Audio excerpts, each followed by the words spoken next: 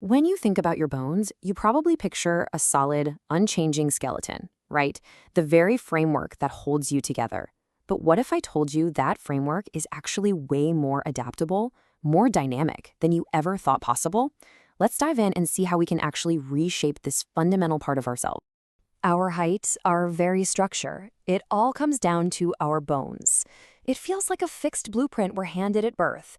But that brings up a really fascinating question. Is that blueprint truly set in stone, or can we, in some pretty amazing ways, become the architects of our own bodies?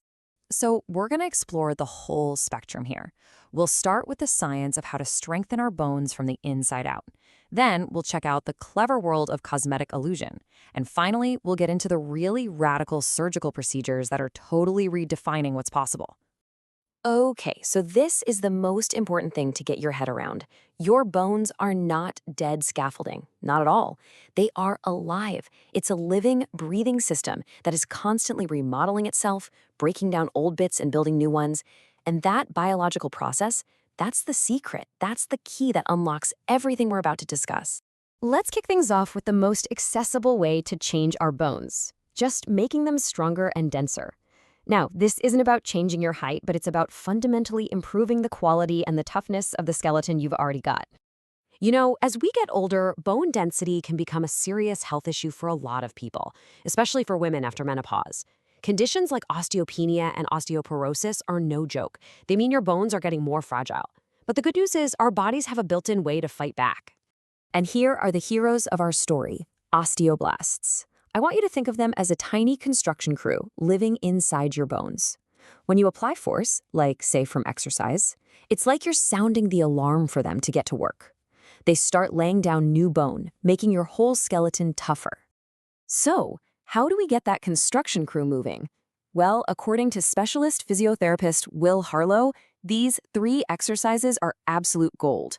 They're all about creating what's called ground reaction force, which is just a fancy way of saying you're using impact to send a wake-up call to those osteoblasts. First up, jumping. Yeah, it sounds almost too simple, but the impact of landing sends a powerful signal to your bones. A big 2014 study actually confirmed that jumping can seriously increase bone density in the hip. And get this, a typical routine is just 10 to 20 jumps twice a day. That's a tiny investment for a massive payoff in your bone health. Okay, making our bones stronger is one thing, but what if the goal isn't just about health, but about height? Well, that takes us from biology to illusion, creating the appearance of being taller through some really clever engineering that you wear on your feet. And this is not some small niche market. The men's elevator shoe industry is a mind-blowing $1.2 billion business in 2024.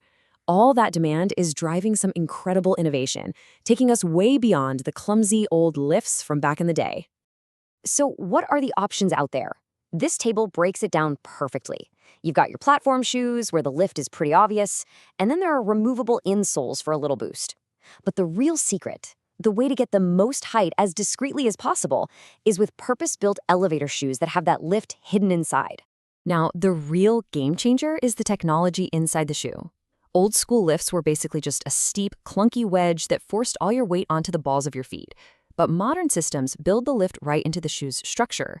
The slope is gradual, it's ergonomic, and it distributes your weight evenly, making them surprisingly comfortable. That's the secret to all-day wear without the pain. We've covered health, and we've covered illusion. Now, we are heading to the final frontier, surgically, permanently changing the length of the bones themselves. This is where the commitment, the cost, and the consequences, they all hit their absolute peak. This right here is cosmetic limb lengthening. It starts with a surgeon literally cutting the bone, then attaching a device like this, called an external fixator. Then, for weeks, the device is slowly adjusted to pull the 2 ends of the bone apart, and new bone actually grows in the gap. It sounds like science fiction, but it harnesses the body's incredible ability to heal itself. A patient guide from the famous Hospital for Special Surgery puts it this way, and I think this is really telling. It says, you have embarked on a journey. It's not just a surgery, it's a journey. And that implies a long, demanding road that requires an incredible amount of commitment. And this is where that journey really begins. The surgery is just day 1. As the bone is being stretched, all the surrounding muscles, nerves, and tissues have to be painstakingly stretched through daily intensive physical therapy. Without it, patients can risk losing mobility for good.